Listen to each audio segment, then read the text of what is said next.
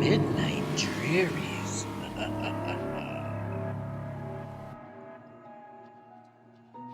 In the quiet suburb of Phoenix, Arizona, the sun's golden rays painted a picturesque scene upon the peaceful neighborhood.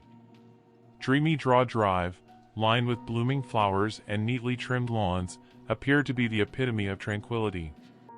Yet, unbeknownst to its residents, an ominous presence lurked beneath the surface. Whispers of unease spread along Dreamy Draw Drive as this area of town became plagued by a series of disturbing events. Dogs began to vanish without a trace, leaving behind only heartbroken owners searching for answers. Fear gripped the once sleepy suburb, and a thick shroud of anxiety enveloped the community. Mary Thompson, a kind-hearted woman who adored her loyal golden retriever, Max, noticed a change in her usually vibrant neighborhood. The smiles that once adorned faces transformed into furrowed brows and worried glances. Mary couldn't ignore the growing unease, and her heart ached for the dogs that had vanished. One fateful evening, Mary took Max for a leisurely stroll around Dreamy Draw Drive. As the sun descended, casting eerie shadows upon the streets, a sharp pain pierced her heart when she stumbled upon a gruesome sight. The lifeless body of a dog lay motionless, its fur stained with crimson streaks. Filled with a mix of grief and anger, Mary vowed to uncover the truth behind these senseless killings. She sought solace in the company of other dog owners who shared her despair. Together, they formed a determined alliance, their collective grief fueling a relentless pursuit of justice. Armed with desperation and a burning desire for retribution, Mary and her newfound allies embarked on a relentless investigation. Each clue they discovered led them deeper into the twisted psyche of the killer. Tirelessly, they followed the faintest traces, unwilling to let their canine companions become forgotten victims.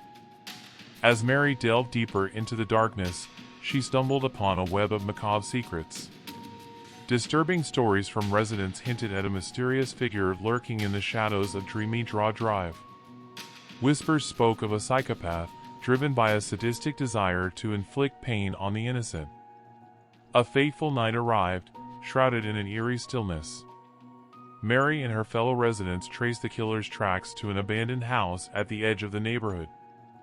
Fear gripped their hearts, but the need for justice overshadowed any trepidation they felt. Within the house's decaying walls, Mary confronted the psychopath who had torn their community apart.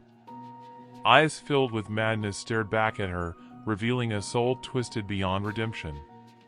In a chilling exchange, the killer reveled in his dark deeds, relishing in the agony he had caused. A fierce battle ensued as Mary fought to protect her community and bring an end to the killer's reign of terror. Max attacked and tore into the bastard's nutsack.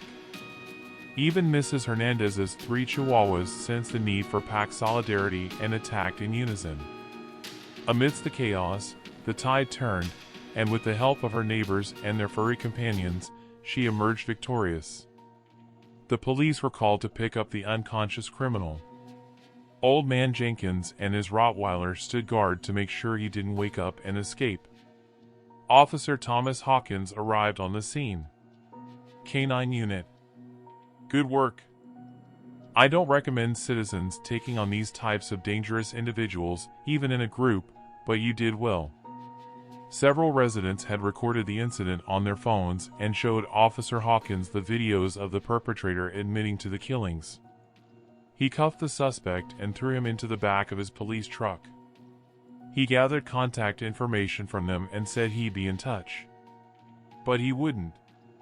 Because that night, Canine Officer Thomas Hawkins took a little detour before heading back to the police station. You see, the Arizona desert is a big place, and they'll never find the body. Maybe some hikers will wander aimlessly by and discover it at some point 50 years from now. Officer Hawkins dragged the groggy killer out of the truck and began burying him alive. "What are you doing, you fucking pig?" the criminal exclaimed. Hawkins replied, "Maybe you couldn't tell from the badge, or the patch, or the truck, or the German Shepherd. But I'm a dog person." By this time, the killer was buried up to his neck and still cussing at Hawkins. So a police boot to the jaw and a shovel full of dirt shut him up. Then Hawkins took his half-eaten value meal out of the truck and smeared it all over the scumbag's face, then poured the rest of his coke out on the perp.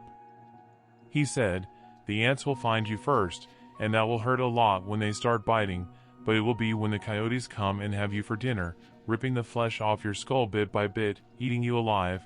That's when the real fun begins. Feel free to scream all you want, there's no one around for 100 miles. He then said in a Scooby-Doo voice, "Rut-row Raggy, you're gonna rye," and then laughed like the Great Dane mystery solver. Then got in his truck and drove away to get something else to eat. And the coyotes ate the killer's face off. And all was right with the world.